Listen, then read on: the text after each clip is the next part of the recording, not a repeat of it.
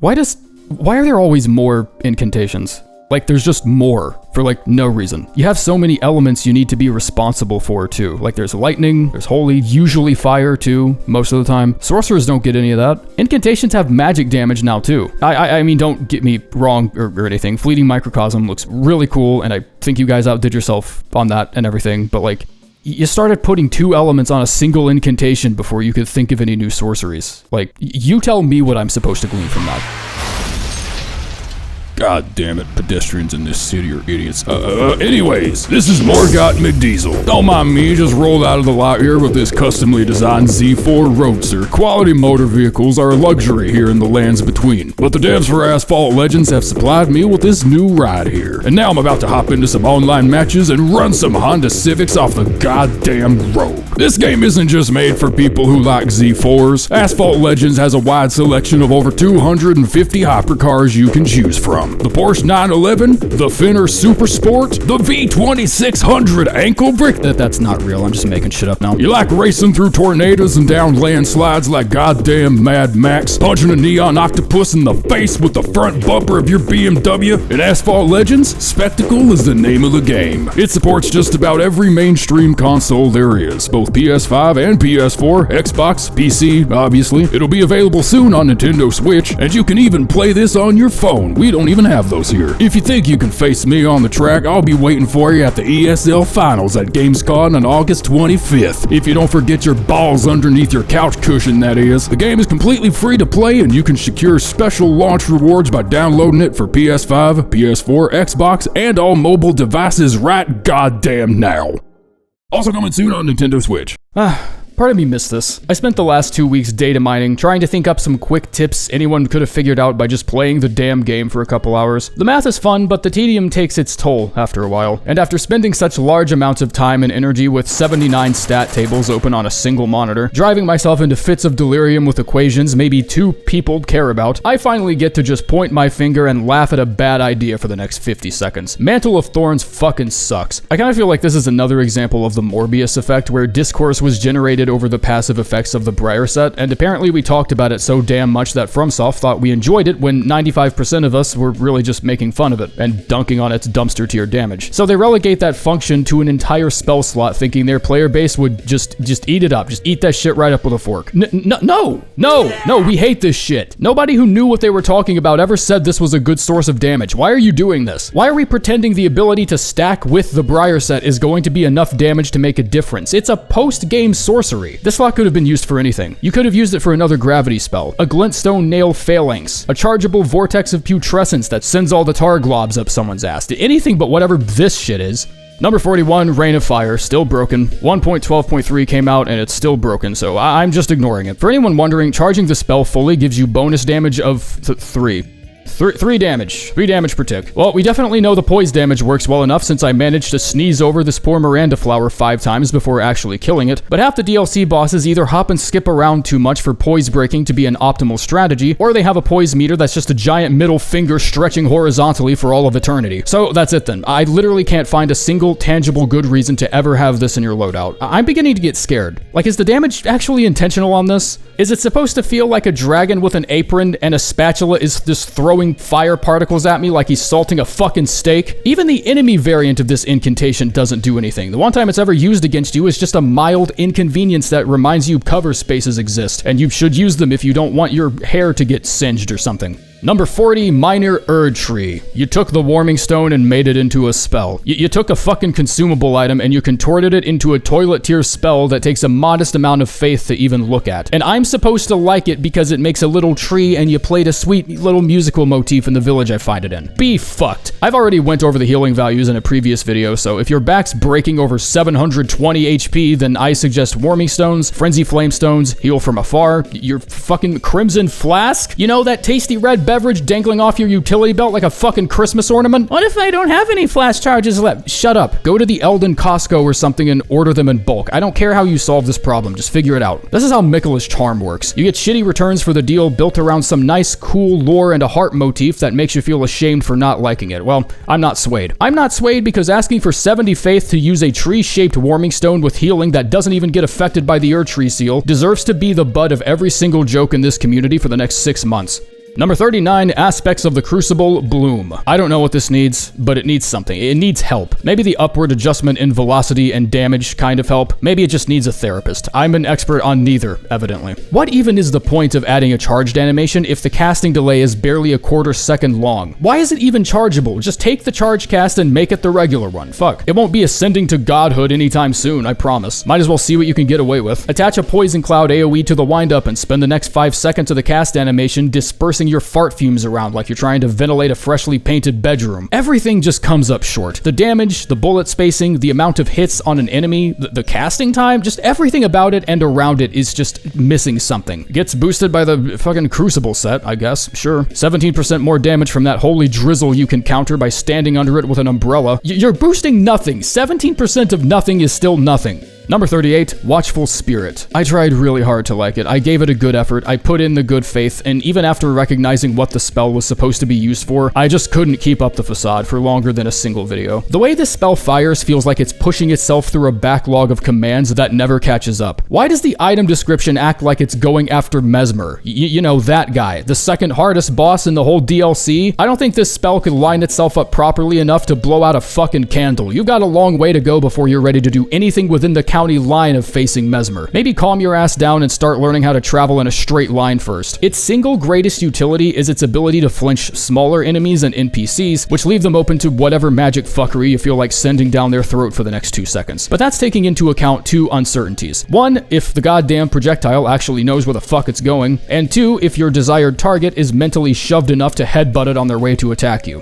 Number 37, Divine Bird Feathers. This is the first spell on the entire list that I'm fully convinced is working as intended, and that's not a good thing. Shit, could've sworn I had an FP bar a couple seconds ago. What happened? Why am I feeling so tired? All I did was hold down this button for a few seconds. Now I feel like I'm sleeping off a hangover. These are all too common side effects of contracting the unfortunately widespread disease known as Divine Bird Feathers. You increase the likelihood of your contraction by carrying said incantation with you in your loadout, and likelihood of contraction is further increased upon extended repeated uses. If you find it in your inventory, it is recommended by doctors to stay as far away from it as possible and to completely forget you ever picked it up. Wow, the spell that throws feathers at your enemies actually does shit damage. I was excited to use this too because Elden Ring has a very established reputation for taking some of the most visually underwhelming spells and torquing them into the war machines that they are. Few strategies will ever be more effective than throwing rocks at fuckers like the dodgeball champion of the lands between, and apparently this logic just doesn't apply here for some reason.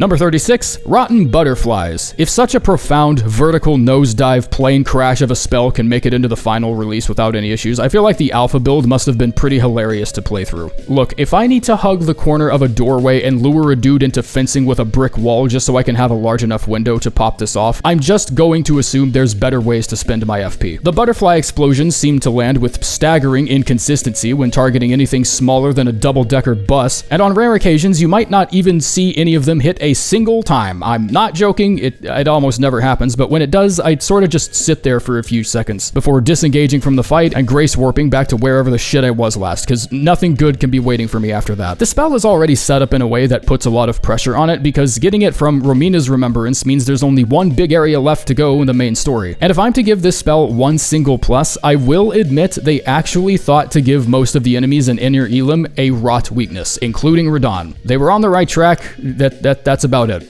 Number 35, Electrocharge. You know, I see the idea, I respect it, doesn't work. I'm sorry, it just doesn't work. I'd get more damage walking around blowing toothpicks out of a straw. If the spell actually finds it within itself to get out of bed and land on something, the initial impact isn't really that bad, but the hitbox radius is incredibly small. I don't care how useful 262 base lightning damage is on any build. If the hitbox radius is small enough to the point where I have to be bicep deep into a knight's butthole, then I'm switching to KLS and I'm never looking at this toilet paper ever again. I found exactly one use for this, and that's to disable the uplifting aromatics perfumers like using so much. I just can't believe 59 lightning damage translates to this number versus almost any enemy in the DLC. It must not have that much to do with scatter tree scaling because I get similar results taking it anywhere outside the DLC. Tried it on a first run, on a New Game Plus 4 save, same thing. Not even the Gravelstone seal helped anything. So save for the extremely niche bubble popping utility. If you don't land that initial burst, you just fucked it up. 26 FP straight into the paper shredder. Number 34, Furious Blade of Ansbach. Holy shitting hell, I didn't even pay attention to how high the stat requirements were for this. Most of the damage is going to come from the slightly delayed flame spout at the very end of the incantation. However, using it with the Godfrey icon will boost the triple slash part of the incantation without boosting the flame spout afterwards. I also like how there's just not an effect ID for anything in the whole attack chain, even though this is a blood flame incantation, which means it would, you know, kind of need one. Like, does it even fit the technical definition of a bug if they just deadass forgot to put bleed on it? But you can make a pretty nifty combo out of this and Blood Flame Talons due to the quick recovery time on both spells. I almost wish the Ansbach attire boosted this. Having his name in the goddamn incantation not even being worth a tiny little damage increase is extremely surprising to me. Also learned today that his attire doesn't boost Bloodblade Dance or Blood Boon Ritual. I mean, it's not like they need any help, but like, why? Well, the entire spell is all fire damage, so at least it can still be boosted by fire damage tools, and the quick casting makes it pretty convenient for utility-related things like stunning finger creepers and resetting. Frostbite.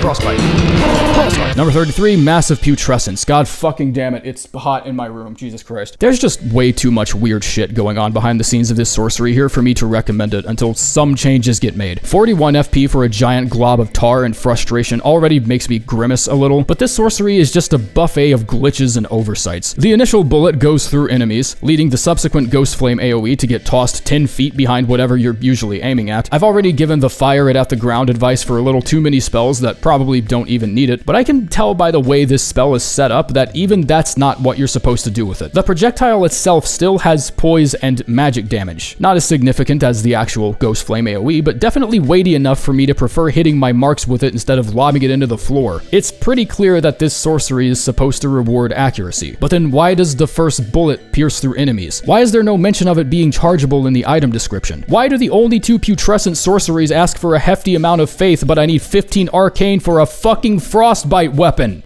Number 32, Dragonbolt of Florissax. If you're jumping ass first into every boss, cave, and problem in the DLC, Dragonbolt of Florissax is a wonderful incantation you could just throw onto your person without thinking too much. 10% more negation across the board. I mean, at least it doesn't fuck you over, but I'm not exactly shoveling out my old hiking boots to go and complete the 19-step side quest just to get it either. It's a perfectly okay support spell. It won't save you an extra hit from General Shadow Clone Jutsu and his holy golden homunculus, but if you're still trying to figure out a boss moveset and you want to spend 10% longer getting your face punched out through your ass, that is the comfortable niche of Florissax. And once you're confident in your ability to take that boss down, you should immediately switch to a negation spell that's more specific to the fight, because that's how making decisions works. Most of you already know how I feel about shotgun buffs that try to cover a little bit of everything. They just end up doing a whole lot of nothing with no clear purpose or identity. And 10% negation feels less than ever before with how mean the DLC scaling is.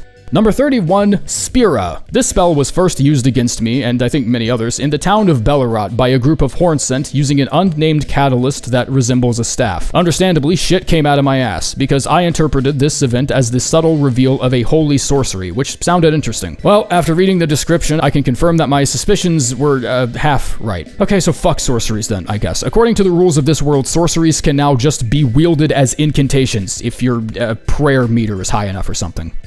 Yeah, I'm a lore expert, obviously. Spira's vertical hitbox is deceptively high, as it can even hit the heads of dragons when they perch themselves low enough, usually after an attack. This makes it an optimal weapon against Ghostflame dragons, and the incantation also has a mildly amusing interaction with Tibia Mariners, since the vertical hitbox is just barely enough to kind of tickle his balls when he rises up in the air with this stupid water geyser thing. It definitely won't hit consistently, but you can reach him with it every now and then. 160 base holy damage isn't breaking new ground or anything, and the lazy tracking sort of reminds me of a hungover uncle that gets up at 1 p.m. and takes 15 seconds just to remember how to put on a shirt.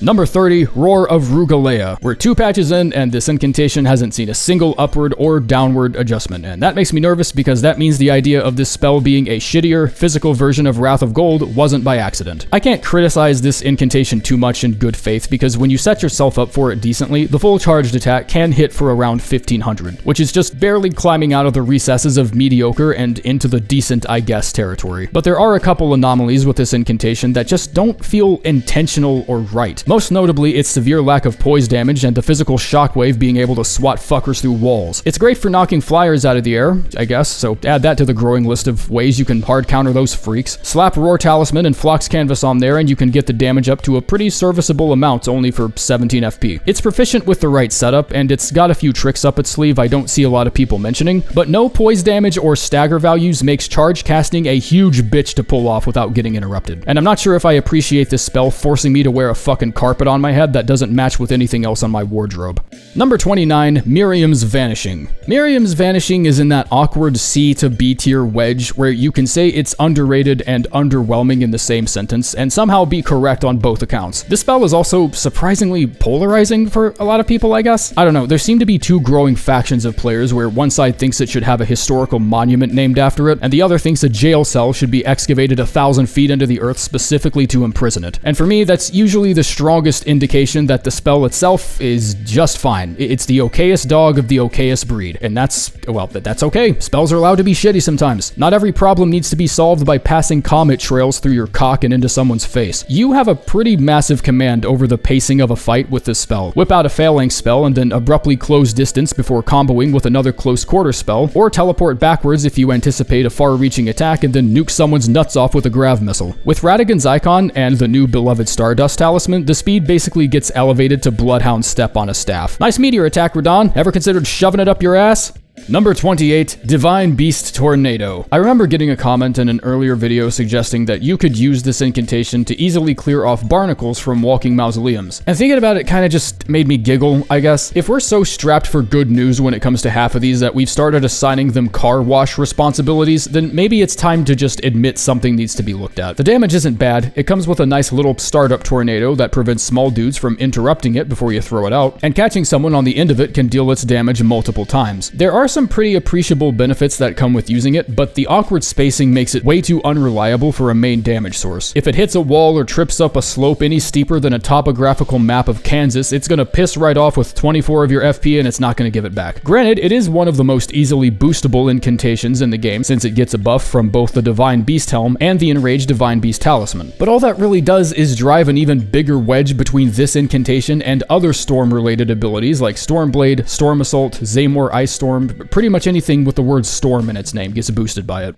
Number 27, Rellana's Twin Moons. When over half the DLC bosses hop and jump around like they're playing DDR with two staples in their foot, 3 seconds is wrathfully slow to put on anything, and it pretty much necessitates the use of poise boosting tools like Endure or another spell like Grav Missile to keep things from getting too silly. It's decent enough against Crucible Knights that use the tail incantations, or enemies with stomp attacks that fire shockwaves like Radon and Godfrey, but unlike the 47 FP required for you to show everyone your massive glowing ball sack, jumping needs 0. It has its own little proficiencies here and there, but if you have enough time to drag your ass through this whole cast animation, whatever you're trying to kill would have had no problem receiving a few Glintstone Nails or a sword between their legs, even if it is boosted by the CRS. Number 26, Wrath from Afar. Even though it's a shockwave attack, you need to be surprisingly accurate with this. 1 pixel off center, and whoever you're aiming at takes a dive in the complete wrong direction and into a spear rack or something. 18 FP to bounce fuckers off cliffs is a nice utility to have if you're the CEO of Mind, but most of us normies will probably look at the weapon in their hand and put 2 and 2 together all the same. Wrath from Afar, just like all its predecessors and previous iterations, is the king of style points. So as to say, it's completely unnecessary no matter what context. But it is fun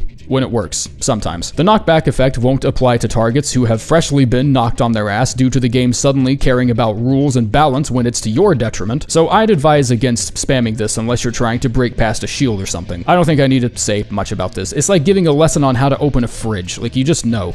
Number 25, Light of Miquella. Wow, I'm sure enjoying this interactive slideshow I'm playing right now. This is officially the first spell in any FromSoft game where I'm just really thankful we weren't given the boss version. Want to know what that would have looked like? Ah, cool. Exhilarating.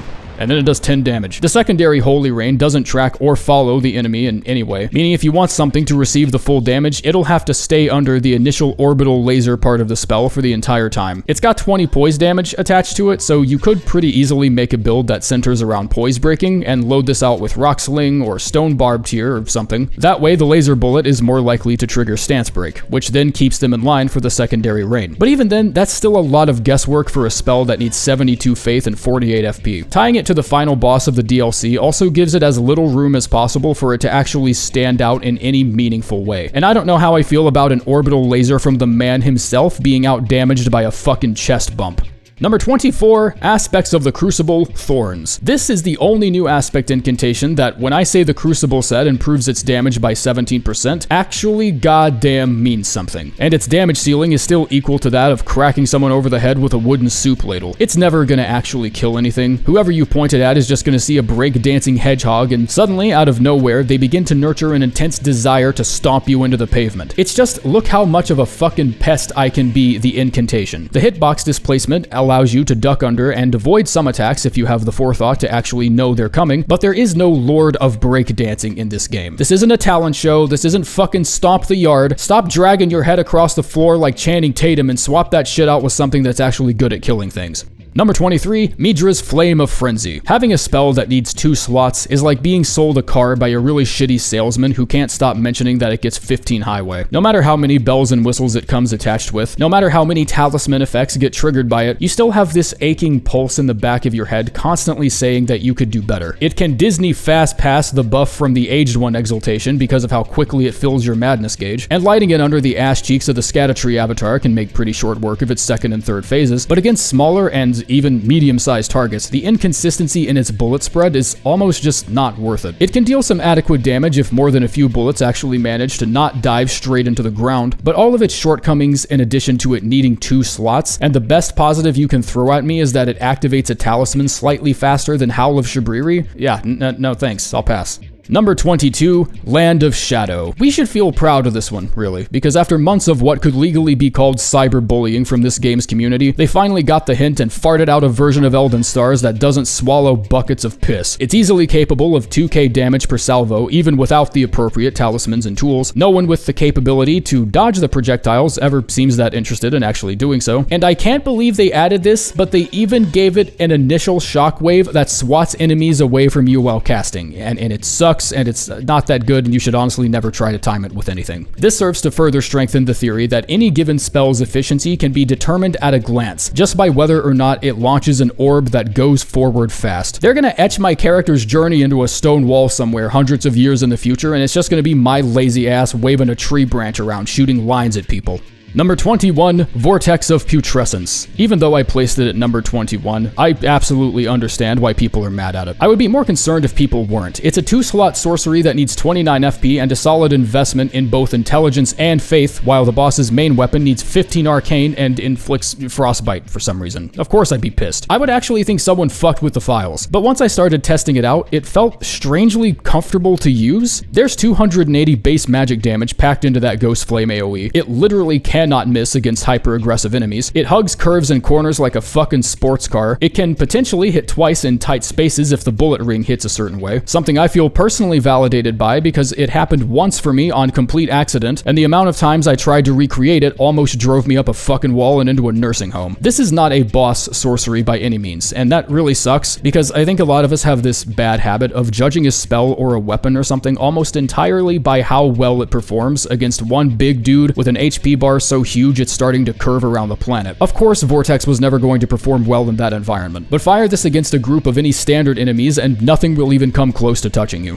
Number 20, Ghostflame Breath. The entire concept of this incantation just winds up being a giant meh for me, and I'm going to explain why the only way I know how. Think about your favorite video game genre for a moment. Maybe it's survival horror, maybe it's ARPGs, but no matter what it is, you probably have a very strict set of personal criteria that determines whether or not you actually enjoy it. If Elster found a pistol mod that fired giant carnivorous sharks at her enemies, it would be pretty cool, but you would respect that game inherently less for what it is. I respect Dragon Ice because it has a proficiency. I respect Glintstone Breath because it has a fucking proficiency. Ghostflame Breath is perfectly average, and there's nothing really wrong with it, but that's exactly what annoys me about it. It's only a capable incantation because every would-be proficiency has been neatly trimmed down to make a perfectly well-rounded, zero-risk, unobjectionable snorefest. It's a little frostbite here and a little magic damage there, while striking a comfortable FP cost that hangs right in the middle between the generic and the named dragon incantations. It invokes no ire, yet arouses no excitement. It's a mid-afternoon nap in an incantation, and I'm sick of fucking talking about it.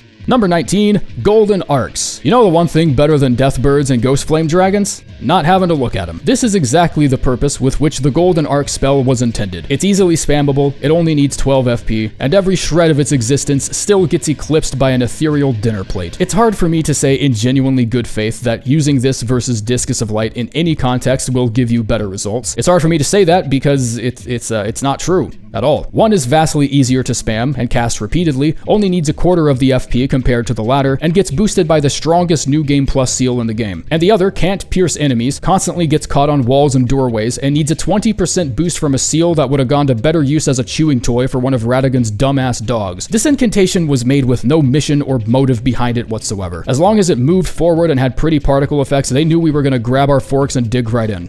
Number 18, Rings of Spectral Light. And if it actually did get helped out by the Prince of Death Staff, it probably would have scored a little higher, but right now this is where it's going. On that note, what happened to all the boost effects in this DLC? Obvious exaggeration aside, it feels like not a single one of them even works the way they're intended. Ansbach's attire doesn't boost blood incantations, none of the new Ghostflame sorceries get boosted by Prince of Death Staff, Godfrey Icon just doesn't work with half the new shit it seems, Dryleaf Seal is supposed to boost everything Miquella related, improves damage on the vanilla Frisbee incantations instead, one of the most privileged subtypes of magic in the entire game, but can't find it within itself to help out the one incantation with the man's name in the fucking title.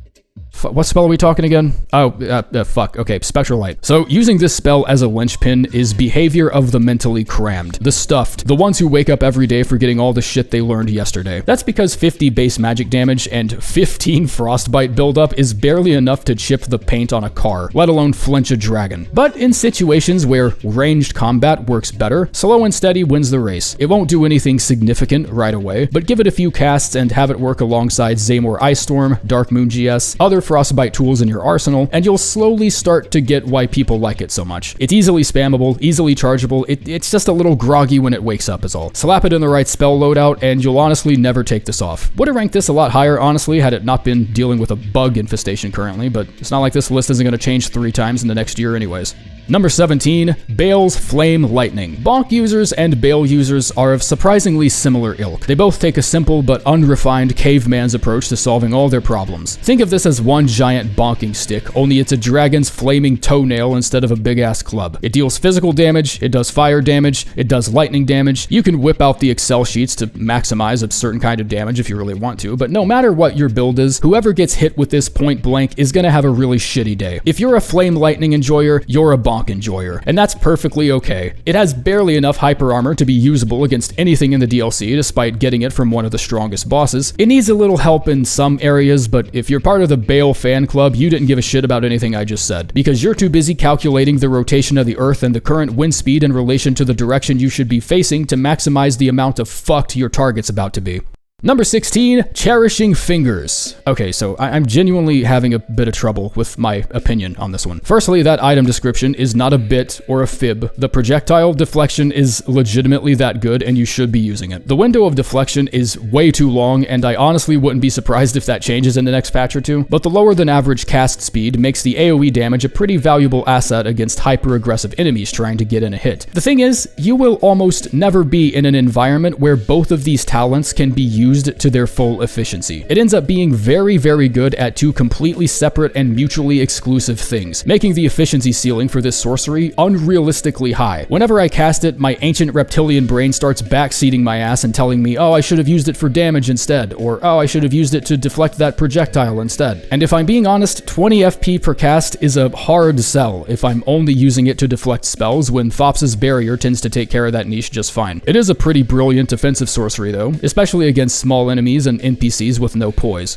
Number 15, Bayle's Tyranny. This would have easily been top 5 for me had it not been for a single, extremely harmful interaction the initial blast has with groups of enemies. Mainly that it can only ever hit one at any given time. No matter how massive the mosh pit is that you got stuck under, the roar will deal its full damage to exactly one enemy in the crowd and then fuck right off, never to be seen again. This is a glaring problem for an incantation that needs 46 FP to cast. It's also one of the most easily boostable incantations in the entire DLC. It deals both fire and lightning damage, making it compatible with 2 different Scorpion charms and elemental tiers. Then there's Talisman of Dread, stacked on top of whatever generic buffs you can think of. Then the Roar Talisman. Nope, fuck you, that doesn't work either, not in the current patch at least. Alright, throw that in the pile of shit that doesn't work, that, strangely enough, exclusively contains boosting effects at this point. Fortunately, the bug doesn't affect its use against single targets, meaning its only current proficiency is in fighting bosses or big dudes with giant health bars. And thankfully, there's no shortage of those guys in the DLC. So despite this bug sounding obvious, I'd wager a large percentage of people didn't even know it was there. Number 14, Glintstone Nails. Right around here, when the competition started getting as fierce as it did, I took a couple steps back and realized just how polarizing the new DLC spells really are compared to everything in vanilla. The mediocre tiers are kind of barren for the most part, so just because this is where it's at doesn't mean it isn't one of the most dedicated workhorses you'll get tired of using in a week. Use the single shot for damage, use the multi-shot for poise. I always felt like that was clear enough, but I honestly feel a little peeved by the amount of people who are outright dismissing the possibility of the multi-shot version being even remotely good just because it's 23 FP. I mean, I know the single shot's better, obviously. It's like someone took GGS and wired a 5-cylinder engine to its ass with barely any compromise to damage. Of course it's going to be better. But the multi-shot has some talents it brings to the table, and I'm very uncomfortable with casually dismissing those talents just because people don't know how to manage their FP supply. With 4 charged casts, back to back, the multi-shot can stance break a horned warrior from full poise. That is gravity bolt level kneecap popping strength right there, probably even a little more. There is an obvious issue with this, as the FP it needs makes it pretty clear that this isn't really suited for repeated casts. But the incremental tracking means it'll almost never miss against hyper-aggressive enemies. The stance break means it's compatible with critical hit talismans like both Assassin's Daggers and the new Blade of Mercy talisman, and it gets boosted by a staff with one of the highest damage ceilings in the game. Number 13, Giant Golden Arc. I'm going to explain to you why this is good without using the words horizontal hitbox like 700 fucking times. Firstly, pierces through enemies. That's already a huge win over the basic bitch arcs. The main bullet also has a barely noticeable amount of tracking on it, which actually ends up being a huge help since the bullet acceleration is so slow. It technically also doesn't pass through walls, but it kinda does. It's better suited for tight indoor combat than people think. I've replaced everything with nail bullets so you can see exactly how it travels. The main bullet is really just one single particle at the center of the arc, and the actual hit bullets that do the damage spread horizontally outwards from it. So if you're aiming it through a tight doorway or something, as long as the literal dead center of the arc doesn't hit a wall, the whole thing's just gonna pass right on through. Charging it ups the base holy damage to 265, which for comparison's sake is just shy of the Envoy's Great Horn Bubble. Number 12, Glintblade Trio. The trio and the single shot, 2 halves of the same coin, like chocolate and vanilla, or Jay and Silent Bob. You just cannot use one without the other. Or at least that's the way I think about these sorceries. Everyone else seems a little too busy trying to lynch the trio sorcery just because it's less damage per FP. Weren't we all bitching barely a month ago about how multi-hitters were some of the most visibly and noticeably torqued spell options that constantly left single projectile spells in a sand ditch somewhere? I can't even get mad at that bitching because my dumbass videos are probably the epicenter of it. Well, the trio has proficiencies that the magic Glintblade does not. Most notably, poise damage and shield break potential. This is the Great Blade Phalanx, this is the Carian version. Just think of it like that. One breaks your ankles, the other stops you from talking. Each Glintblade in the trio inflicts 6 poise damage when charged, almost doubling what you'd normally get from a charged magic Glintblade. And you also have 111 stamina damage versus the single Glintblade's 75, making it a solid option for punishing shielders. It's fine, okay? Just use it. The damage deficit isn't even really that bad, and you'll be knocking over dragons and black knights noticeably quicker with it. Just give it a chance at least. Number 11, Fire Serpent. Most players would consider this incantation S tier. Some would even rank it in their top 5, but the very beginning of S, I think, is the exact appropriate placement for the Fire Serpent. It's fun, it's easy to pick up and use, it deals wonderful damage against just about anything that doesn't have a specifically high fire negation. The charged cast animation is barely a quarter second slower than the standard cast, leaving almost no risk to just always charging it, and had they not fucked up the range as badly as they did, this could have easily been a top 5 spell for me. I've lost count how many times times I think I'm judging the distance perfectly down to the pixel, and it just fizzles out 2 inches from the nose of whoever I'm aiming at. But even still, it tracks enemies automatically without the need of a lock-on, and you can always use it to reset. Alright bitch, top 10, here we go. Glintstone Nail. There's just so many hidden little benefits that come with this one. Finger sorceries are already extremely easy to build around since the Maternal Staff and Finger Rope each boost its damage by a significant amount, yet it's also compatible with any magic boosting items in the base game. Terra Magica, Crystal Tears, Magic Scorpion. I'm not going to take you through the whole shopping list, but there's a lot. You know there's a lot. People have commonly compared this to the GGS sorcery, but its range is more similar to something like Magic Glintblade. It's the perfect solution for handling aggressive enemies and bosses due to its delayed 5-part firing sequence with impeccable tracking. Even against incredibly agile enemies like Cirque Blades, it's very difficult to not land a hit with it. The way it moves, it honestly feels like it's alive at times. A little white permanent Sharpie of war and violence. Whatever you send this little pixel after, it will hyper-focus on it like a salivating dog, and it will not stop until either it hits its mark or it headbutts a wall or something. It's no KLS, but it's got one of the best FP to damage ratios in the whole goddamn business. Number 9, Messmer's Orb. Holy shit, this spell is fun. This incantation is what Magic Johnson would have used if he was a goddamn chaos wizard. Just slamming a basketball of fuck fire right into the ground and giving everyone within the county line an extra shitty Monday. I've seen a particularly high volume of really weird takes surrounding this one too. I've seen people talk about how lackluster their damage is, throwing around words like pathetic and irredeemable, like Messmer himself tracked them down, fucked their wife, and then spit in their dog's open mouth. 411 base fire damage, and 35 poise damage. Do you know what good damage looks like? Or fuck that, do you even know what words mean? The hyper armor isn't great, but the rapid hitbox displacement honestly makes up for most of it. The uncharged cast animation is quicker than most basic sorceries, and throwing a Bullgoat's Talisman on any medium weight set can give you enough poise to take at least one slap to the face before you get swatted out of the air. I don't know, maybe I'm just using against the wrong enemies, but I honestly feel like I have to try to fuck this cast up. So what if it requires a little bit of timing to get a hold of? 411 base anything damage just doesn't ever belong in the same sentence as bad.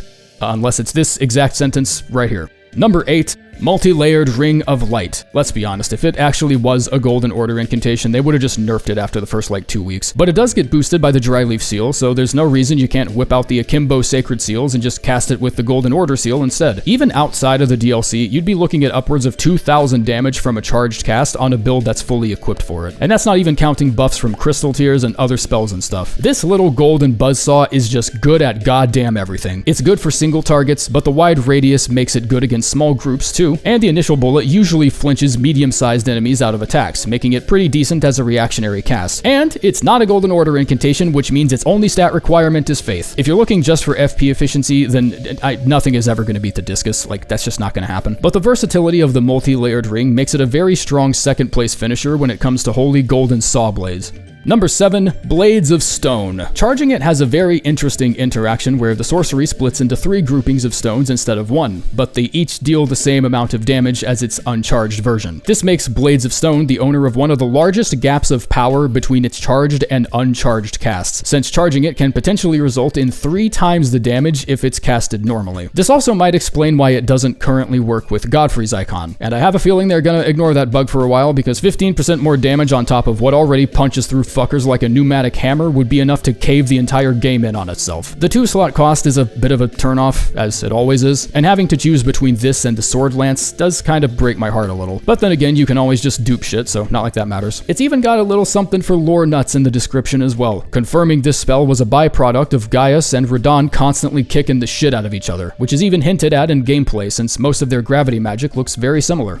Number 6 and number 5, Fleeting Microcosm and Gravitational Missile, respectively. You know what? Fuck competition. I like them both. The most notable difference between these two spells is actually one that's not even intended, as this is yet another spell where the Godfrey icon doesn't boost even when charged. Haha, get fucked, me! Just double-checked myself and the Godfrey icon doesn't boost the Grav Missile either. Fucking... Does this talisman work with any of the new stuff? I feel like I keep noticing this. The damage pacing of each sorcery is incredibly similar, with an initial pre-release bullet or group of bullets that that usually deals a small amount of damage, followed by a detonation bullet where most of the damage is packed into. Microcosm's damage outpaces the Grav Missile by around 30 to 50, depending on whether or not it's charged, and it also deals all of its damage much quicker compared to the missile. The recovery time is surprisingly quick, even on the charged cast, so if you're quick enough, you can cast it and then immediately rush forward towards an enemy with a weapon skill that can potentially hold them in place to receive the larger slice of its damage. The key to the Grav Missile, however, is in its versatility. It can pull fuckers in, push them away, it can knock fuckers over, it can hold fuckers still while you get ready to beat their ass with something equally or more intimidating. It can even be yeeted right into the floor, which causes the missile to detonate immediately, allowing it to combo with other Grav sorceries like Gravity Well and Collapsing Stars. In addition to needing 8 less FP to cast, this is what ultimately points most players in the direction of the Grav Missile. Microcosm is great when it works, but lining something up with the Grav Missile always feels much more comfortable. Number 4, Heal from Afar. Fuck every other healing incantation in the game. I don't care what your build is or how much faith you have, you need the shit out of this spell. Heal from Afar takes advantage of the same utility as Projected Heal did from Dark Souls 3, meaning that it can be thrown into a wall or a nearby surface to heal yourself, as opposed to sitting on your hands and waiting through an incredibly long casting time that almost always results in a troll smashing your head through his knee before the game gives you your controller back. Keep in mind, healing casted with the Erdtree seal gets a really helpful bonus from your faith stat, so you can easily be tossing this into a wall and healing yourself for around 1300 HP in just a split second. Like only barely more time than it would take to heal using a flask if your dex is solid. You can even speed up the casting time with Radagon Icon and the new beloved Stardust Talisman. This is just unreasonably strong. Like why even use a flask at this point? Number 3, Pest-Thread Spears. This might be my most obvious top 3 in any list ever. We might as well just wrap it up here. But sometimes plot twists aren't necessary to advance a story or further your enjoyment of a good movie. Sometimes you just want to pop in a Michael Bay film and watch fuckers explode. I wasn't expecting any groundbreaking performance from it at first glance, because at higher levels, multi-shots almost always tend to be the way to go. But Pest-Thread Spears is such a capable double-shot magnum revolver of a spell that as long as I'm doing good damage, I just don't care what's more effective and what isn't. It's as simple as locking on to a single enemy and thinking, wow, imagine what a better place the world would be without you specifically in it. And then you just go and prove it to everyone. It's gotta be the most damage for what could be the yuckiest spell in the game, right up there with farting AIDS mist behind people's backs. And miraculously, firing a massive pair of milk missiles from your tits puts you on a similar power level as God himself.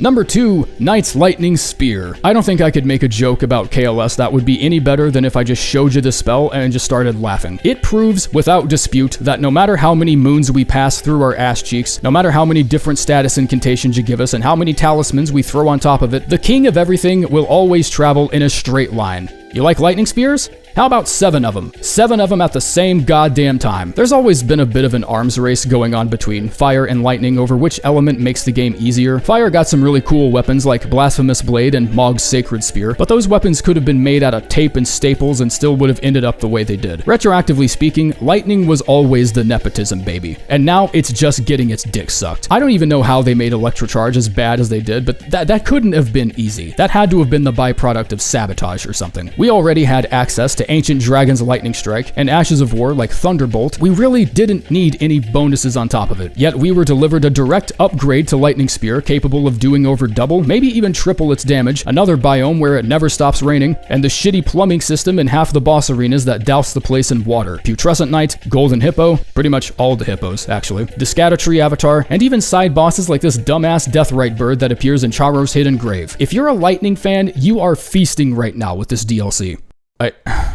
Okay. How the fuck do I even intro this? You know those jokes I constantly make about how if something's overpowered, using it should take you right to the end credits?